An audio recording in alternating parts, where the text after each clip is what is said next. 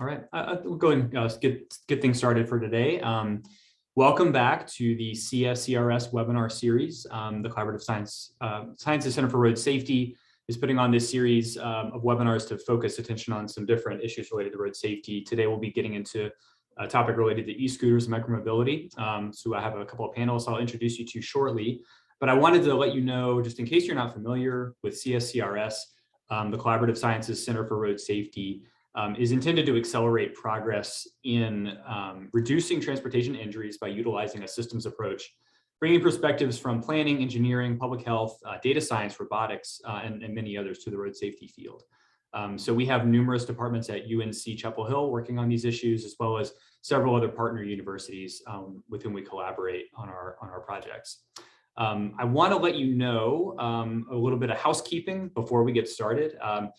So all participants are going to be muted, but you do have the ability to ask questions using the Q&A function within Zoom.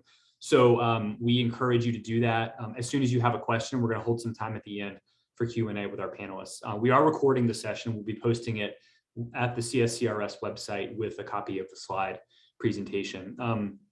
We recommend you use the speaker view option for this session, just so you can see the full presentation as well as our speakers that we have online today.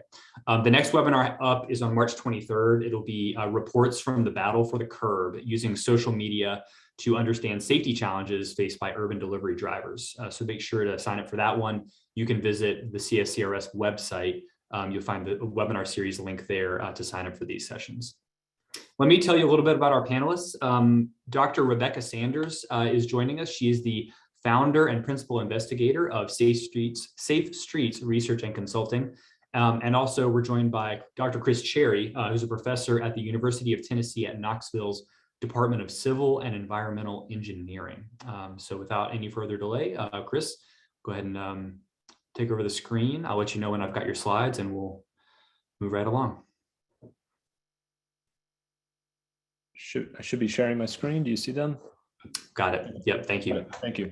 All right. Thanks everyone for joining, and looking forward to sharing this time with Rebecca. Her and I have been collaborating on a number of projects lately, so this is a good chance to show what we've been doing. So we're going to talk a little bit about exploring micromobility user safety behavior, and here again we're focusing on behavior. We're focusing on micromobility, mostly scooters in this sense. And then we're also, of course, looking at safety is the main gist. So kind of the outline, following some of the themes that we're trying to keep up with here, is the problem that we're facing is that scooter rider behavior is largely undescribed. And we've seen a lot of media and other things related to scooter rider behavior and scooter rider safety, but we really don't know what's causing those sorts of behaviors or behaviors in general. And we don't really know the impacts of different types of behaviors. And so what we did is this is a short webinar. And so we're gonna give you very, very high level, quick description of 3 things that we've been working on in different capacities. First of all, we're looking at behavior through the traditional lens of crash analysis, police crash data of e-scooter riders. Then we're going to share a little bit of some ongoing, very preliminary work on direct observation of scooter behavior. And then we'll talk about how we can draw findings from survey research as it relates to perceptions and behaviors that lead to injuries, okay? And then the findings, this is the takeaway. If you remember anything, this is basically our main findings, is that we do see a lot of this sidewalk to crosswalk riding behavior in the police crash data. And this is the most important, one of the more important, I should say, modes of crashes that occur. And police crash data is important because a lot of these crashes are the ones that are leading to fatalities. These are car to scooter crashes. The second thing that we're looking at is how direct observation could confirm what factors influence safe and predictable behavior. And so we're video and direct observing rider behavior in different types of infrastructure. And then finally, consistent surveys reveal comparable results, reveal comparable results. So we're hopeful that we can kind of take you on this journey in the next 15 minutes or so and talk about ways that we can have better practice on using data to inform these decisions. So I'm going to sort of go through some high level description here. And importantly, I want you to take away from these slides, if you're interested in any of these, just grab the links or Google the keywords here, and you'll be able to find a lot of this work. So the context here, this is the NACTO slide that a lot of people have seen, is that scooter ridership has gone up dramatically in the last few years. Obviously, COVID has happened since this slide was developed, but scooter ridership is continuing to grow, and with that, an increase in scooter injuries and fatalities and crashes in general. And about 80% of the fatal crashes in the US involve a car. And so that's an important context here. And what we did is we looked at car-related crashes in Nashville, Tennessee, and we applied this PBCAT crash typology framework, which I'll show you in a little bit, but you can look at the paper if you want to get into the nitty-gritty details. What we also did is we looked at the same region and looked at some of the bicycle crashes. In this case, these are personally owned bicycle crashes. And what we wanted to do is draw out findings that scooters are the same, they're different, the crash types are different, the risks are different, the behaviors are different or the same as bicyclists. So do we need to manage them in similar or different ways? So this is the paper. You can, again, grab it on your own if you want and read all about it. But we have these hotspots, not even hotspots, these are crash locations. And you can see some of the hotspots in downtown Nashville, some of the, you might say, high-risk corridors in Nashville. And we looked at, again, at bicycles and bicycles and scooter riders. And the takeaway, I mean, one of the kind of high level findings that I think is important is that across the board, bicycle and scooter crashes, happen at intersections. 2/3 of them are happening at intersections, and then another bit are happening at driveways, which you might say is another kind of intersection. And that's where some of the similarities end for bicyclists and e-scooters as it relates to the location of the crash. When you dig into the details of the crash narratives themselves, you can find, and you can kind of apply these crash typology, is that scooter crashes, again, here now, almost 2/3 of scooter crashes occur when the scooter is coming from the right-hand side of the driver. So it's basically this scooter rider coming off of a sidewalk into a crosswalk from the driver's unexpected direction, you might say, and the crash occurring in that sense. Okay, so this is an important mode of crash, and it's something that's different than cyclists. Cyclists, of course, share this mode, but not nearly at this 2/3 level. And so, again, we go deep into this, but one of the things that we all know, I think, if we follow the scooter discussion, is that sidewalk riding is something that is, you could say it's unsafe maybe, but you could also say it causes all sorts of other conflicts. But in this case, it's actually a main contributor to a lot of crashes, not to mention car yielding is another part of that, okay? So what we aim to do, kind of following on, is we're in the midst of a project through looking at direct observation and behavioral analysis. So really understanding where scooters are riding, what types of infrastructure they're riding on, and what types of infrastructure causes them to behave in maybe better or safer ways. On the right-hand side, you've got this, this big list here of sites that we're looking at. We mounted cameras on poles that are high enough to see about a city block into the intersections, between intersections maybe. And we're looking at Nashville and Portland again, and trying to understand day and night, weekdays, over the span of several days, each of these sites for 24 hours or thereabouts, understand what's going on with bicycle riders, scooter riders, and other micromobility users. And I got a little video just to illustrate what we're looking at here. You can see, again, bicyclists. The left-hand side is maybe a arterial with no infrastructure. The right-hand side is an arterial with a protected bike lane. You can't really see that very well, but you can see, of course, what we're noticing in a preliminary system observations is that a lot of the data, I'll just run that through again for the fun of it. a lot of the data you're seeing less bad behavior of all users around micromobility users, but bicyclists, and this bicyclist makes a wise move and gets off the road, I guess, for her own sake. The nice thing about this, of course, is we can start to observe like micro behaviors where people are riding, but we also can see some things about the users themselves. Are they young people? Are they older people? Are they white? Are they black? Are they male? Are they female? And we can potentially, are they wearing helmets? Are they distracted? All of these things are important kind of observational tools that we can use, but they're also very limited. So I'll turn it over to Rebecca, and she'll talk a little bit about how we move from this level of kind of direct observation as one piece of information to a sort of a deeper understanding. Yeah, thanks, Chris. So Chris is right. The direct observations, looking at crash data, all of those are really important aspects of understanding e-scooter user behavior and safety. But there are parts of that we just don't know. And at the end of the day, in order to understand why people behave the way they do, we really actually need to ask them. And so this is an important surveys are the way that we do that. Typically, we could also do focus groups or dedicated interviews. But if you want to get a broad, cross section of the population, we typically tend to do that with surveys.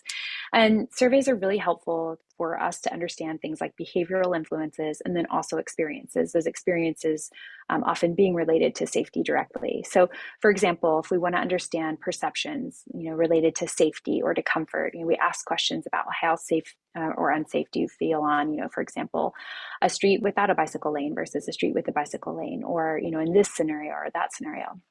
We also can ask questions about motivations. Why do you use an e-scooter, or why don't you use an e-scooter? So that gets to the deterrent part. So we might find that people are more likely to use e-scooters because they're, inexpensive, or they're really convenient, or, as I've found in some of my work in the Southwestern United States, because they're really helpful when it's very, very hot outside and it's too uncomfortable to walk and you don't have access to a car, right?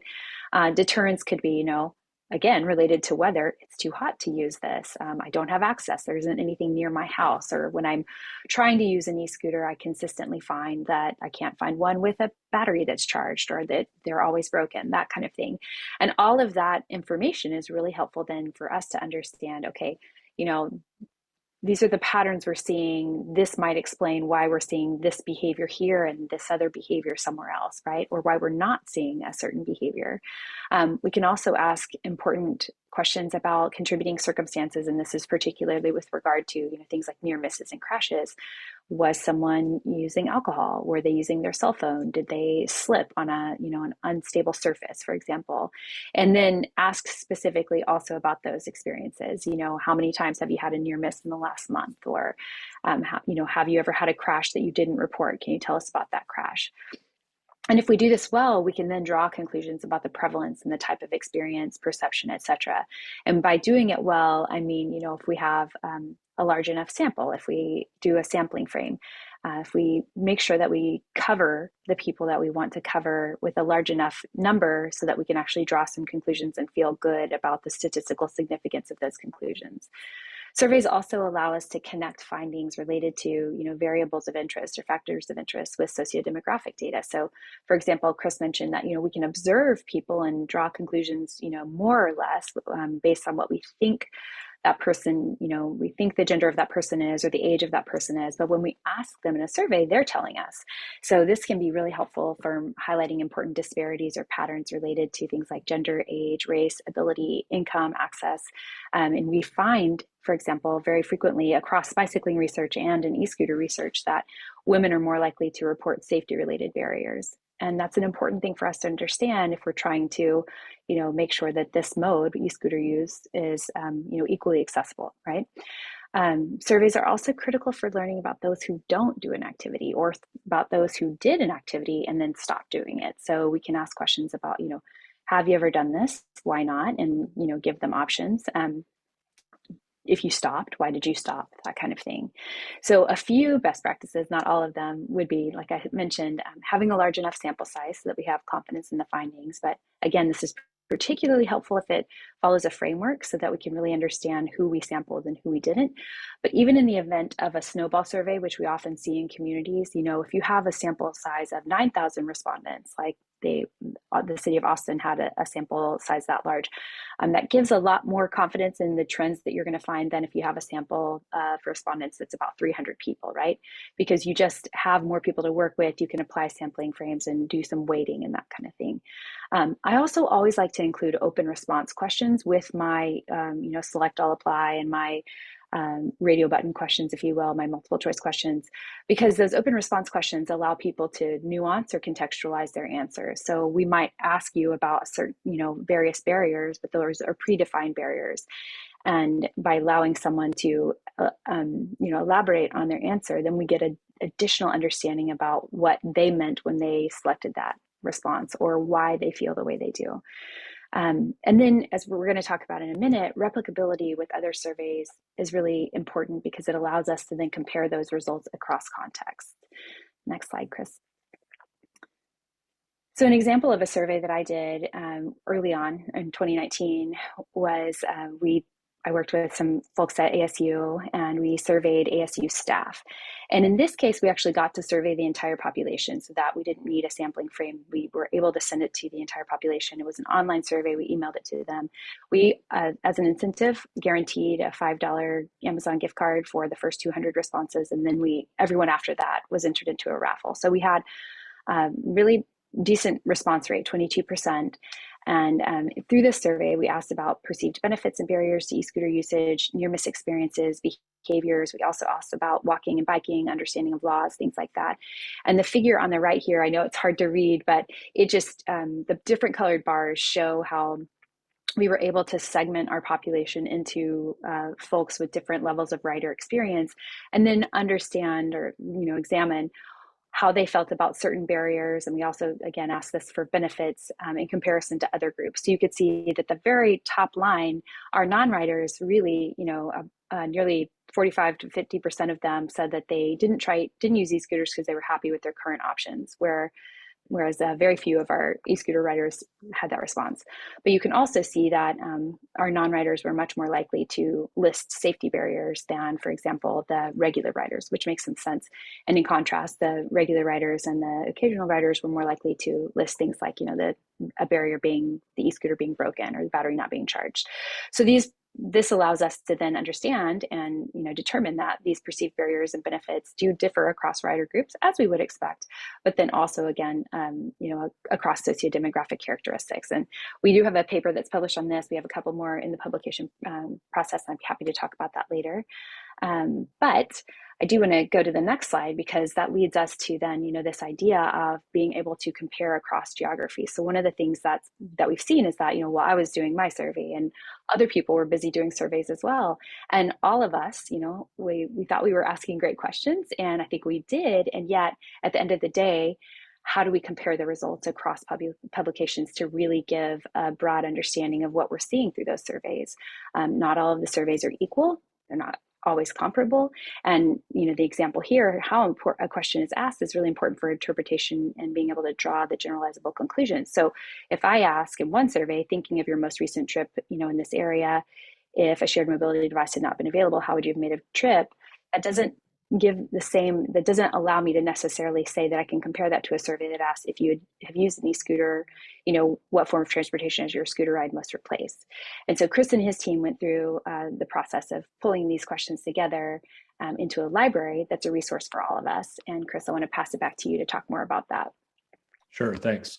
Yeah, and, we drew from Rebecca's great survey. A lot of great surveys out there, and in fact, all surveys, that we reviewed were kind of written for a particular purpose, and I think it's a secondary benefit to be able to compare them. And so, there's a lot of discussion made about this question of substituted mode, for example, as an important question for safety impacts, for sustainability impacts, and so on.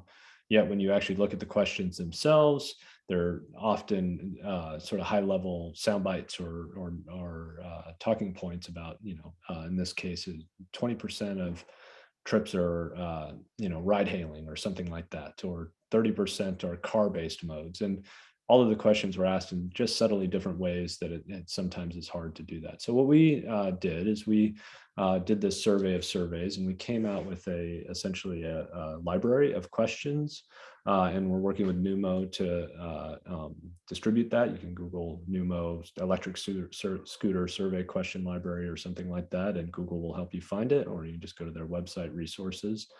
And the idea here is that we, first of all, are building this library of questions that practitioners, operators, researchers can all draw from, and putting it out there. And we have a big spreadsheet with a pretty exhaustive list of existing questions, basically most of the big surveys that have happened in the first few years, and essentially every question they asked and how they asked it. So you can draw from those if you want, or you could use some composite recommended question that we came up with, for example, related to mode substitution, as I'm showing you here, okay? And the idea here is, of course, that it makes it easier for users to construct surveys. They can construct surveys that are used in a way that can be benchmarked against different applications. And actually, part of our inspiration, we sort of were inspired by this, but then we were doing some research and found that actually NACTO has a nice bike share survey resource that not only talks about survey questions, but also the methods of intercept surveys that are important. So ours follows on those footsteps. We don't teach you how to do a good survey here, how to conduct a good survey, but from sampling to everything else, but we give you a resource to draw from, and kind of a menu of questions that you can easily pick and choose from that are I think pretty good. Okay. So conclude, leave some time for questions. The key findings, again, top level that we'd already talked about. Behavior is a big component. Sidewalk to crosswalk riding, for example, and police crash data is a big component of what we can see. And then when we have these direct observations, we can do that in person. We can do that with cameras. Cameras have some benefits, in person has other benefits, and there's different ways to look at that. We're finding that infrastructure matters. That's one of course, the things that people know, but we're quantifying that, and we're kind of validating that across different user groups and so on. And then the idea that consistent surveys can actually reveal these comparable results, and also importantly, as Rebecca said, dive into some of the behaviors of people that aren't out there, not the power users, if you will, that you're going to oversample if you're intercepting people. So, Rebecca? Yeah, just some implications for practice, that the data collection protocols can improve the investment strategy to improve behavior and safety. That there are many ways to collect behavior data, as we've described a few today, to provide a deeper understanding for safety. And I want to just add here that, I didn't mention earlier, but understanding that who's writing and who isn't, and understanding those barriers. I did mention, for example, the finding about women, but this is really important as we're trying to do a much better job with regard to transportation equity. We need to understand why some users are, more amenable or able to use various modes and others aren't, right? So it's not just about safety, it's about equity, it's about access, it's about other important parts of the transportation system. And then finally, that standard methods like crash data do tell part of the story, and that direct observations tell a complementary part, and that surveys tell yet another. And so what we are trying to do is, triangulate here so that we can really get a holistic understanding. Right. So that's it. First of all, thanks. It's been a pleasure to work with Rebecca on a lot of this stuff, and I hope I've been a pleasure to work with too. We'll see. Absolutely. These are ways you can contact us, and of course, student contributors can't go without acknowledgement, at least in print. At the end, you can read through those, and students did a lot of this work. And then the funding, of course, is important. BTS and CSCRS are funded a good part of the work that we described here, in addition to other sources. So with that, we're open for questions. I guess I'll turn it over to Dan. Thanks, Chris and Rebecca, for that. We did get a few questions. If you have more, folks, send them in. We've got a few minutes left. A couple related to data collection specifically. Chris, I think it's maybe yours, but weigh in, whoever has a good answer. Asking about the types of challenges that you might have experienced with using video cameras for direct observation. This person offered ideas like IRB, city pushback, weather conditions, vandalism, theft. If you could maybe elaborate on some of your experience there. Yeah. So, first of all, IRB is an important thing for researchers to think about. And one of the things we are, cities have a lot of cameras deployed for various purposes, public safety, security. And so our approach was a research project. So therefore, we have to be careful with research subject data, including the video, identifiability, and so on. So we went through that process. It was a process. And but it was a process all human subjects researchers have to get to deal with, let's say.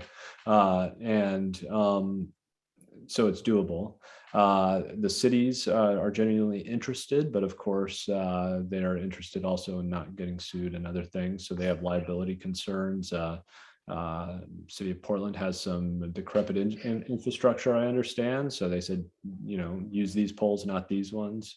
These other poles don't belong to us. They belong to the utility, so you can't touch those and those sorts of things. So those are things that came up. And in terms of vandalism, we didn't notice anything. I mean, we never had that experience in the few weeks that we did our deployment. So. Another question here, I'm asking about how much of the data or maybe your findings are based on privately owned e-scooters versus those that are cultivated from the rideshare programs or used from rideshare programs. Is there any distinction or delineation between the two, or is it even easy to tell? In the police crash data, we had a hard time. I mean, we didn't have a hard time.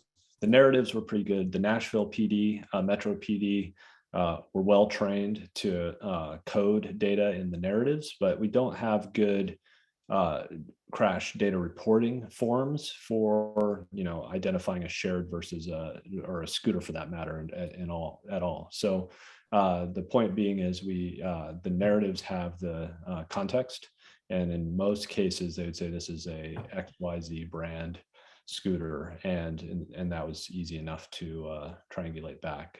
Sometimes not so much. So that for that data, that was nice. The direct observation, if you know what operators are operating in a city, you can identify. In fact, the video I just showed you, one could recognize that scooter as a certain company. And in surveys, that's something that we would have to ask. Right. Sorry, Chris. Mm-hmm. Yeah. In surveys, you would just need to ask, specifically. Yeah, you can direct ask. Mm-hmm.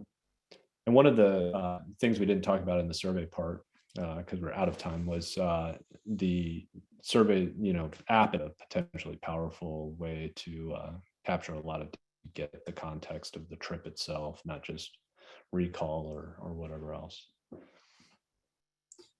One final one, we may have to end it here, but Rebecca, I wonder if you have a thought on this one. That this is getting into takeaways and findings for practice, maybe.